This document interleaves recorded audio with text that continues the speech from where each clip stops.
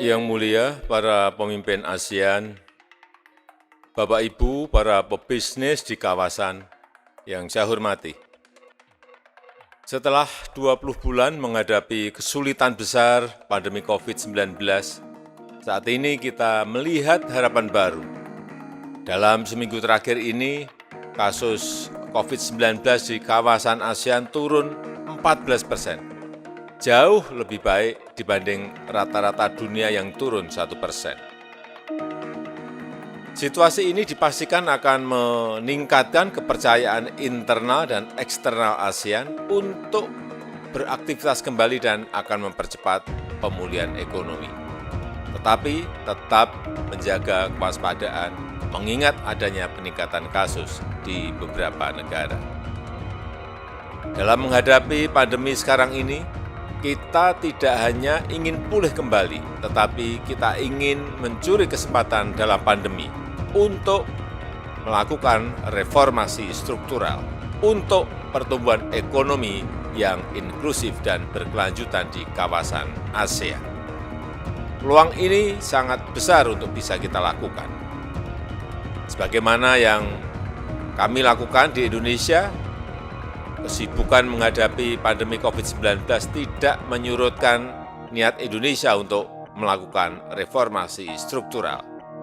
Indonesia menerbitkan Omnibus Law, Undang-Undang Cipta Kerja untuk memperbaiki iklim investasi dalam rangka mendongkrak pertumbuhan ekonomi inklusif yang menciptakan lapangan kerja.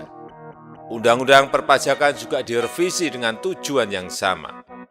Kami ingin terus melanjutkan reformasi struktural ini untuk merespon catatan-catatan kelemahan kelembagaan dan cara kerja kami ketika diuji oleh pandemi COVID-19. Ujian berat berupa pandemi justru kami manfaatkan untuk memperkuat diri dalam menghadapi tantangan masa depan. Saya berharap juga demikian halnya untuk Asia Tenggara. Sebagai kesatuan masyarakat ekonomi, ASEAN merupakan kawasan yang harus mengambil pelajaran dari krisis dan melakukan perbaikan diri secara fundamental di tingkat kawasan. Yang mulia, para pemimpin ASEAN, para pebisnis yang saya hormati, kesamaan visi, semangat, berkolaborasi dan kebersamaan langkah merupakan kunci utama kebangkitan ekonomi ASEAN. Pertama, penanganan kesehatan harus tetap menjadi prioritas pertama. Agenda jangka pendek untuk mempercepat dan memeratakan vaksinasi di semua negara di kawasan harus kita lakukan bersama.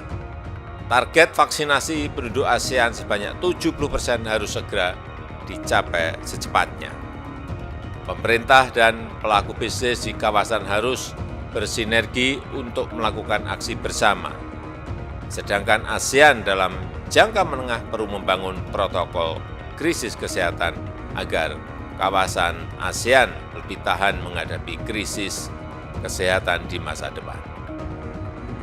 Kedua, pemulihan ekonomi ASEAN harus dipercepat dengan melakukan reaktivasi perjalanan yang aman, termasuk pariwisata yang aman. Menurut catatan UN, WTO, tingkat pembatasan di Asia Tenggara adalah yang tertinggi di dunia, yaitu mencapai 82%. Dengan situasi COVID-19 yang semakin terkendali, pembatasan tersebut bisa dikurangi, mobilitas bisa dilonggarkan, tetapi harus menjamin aman dari resiko pandemi. ASEAN Travel Corridor Arrangement Framework yang digagas Indonesia setahun yang lalu perlu segera diimplementasikan.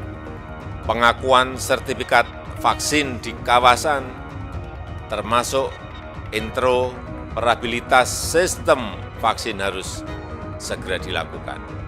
Pengaturan travel bagi masyarakat yang telah divaksinasi dan sehat negatif COVID harus dibuat.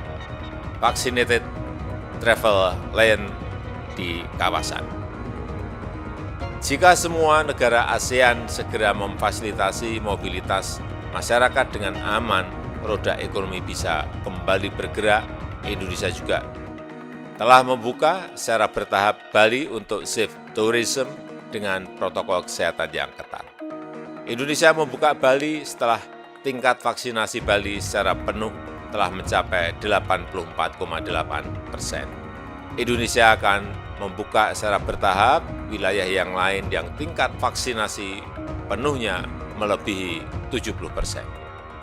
Ketiga, adaptasi kegiatan ekonomi kawasan menuju ekonomi digital harus dipercepat di semua negara.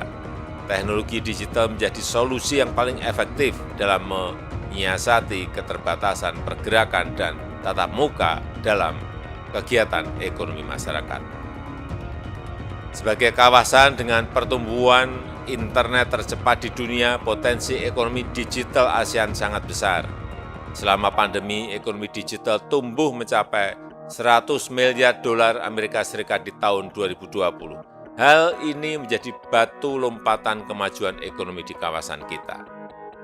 Indonesia mendukung ASEAN menjadi sebuah digitally connected community.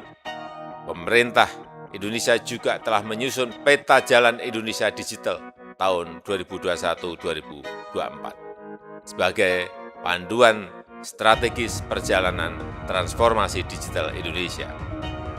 Nilai ekonomi digital Indonesia juga sangat menjanjikan, diperkirakan mencapai 124 miliar dolar Amerika Serikat pada tahun 2025, setara dengan 40% total nilai ekonomi digital Asia Tenggara.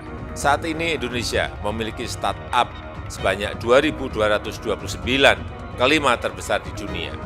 Indonesia juga memiliki 1 dekakorn dan 6 unicorn, dan kami membuka peluang investasi sebesar-besarnya di sektor ekonomi digital di Indonesia.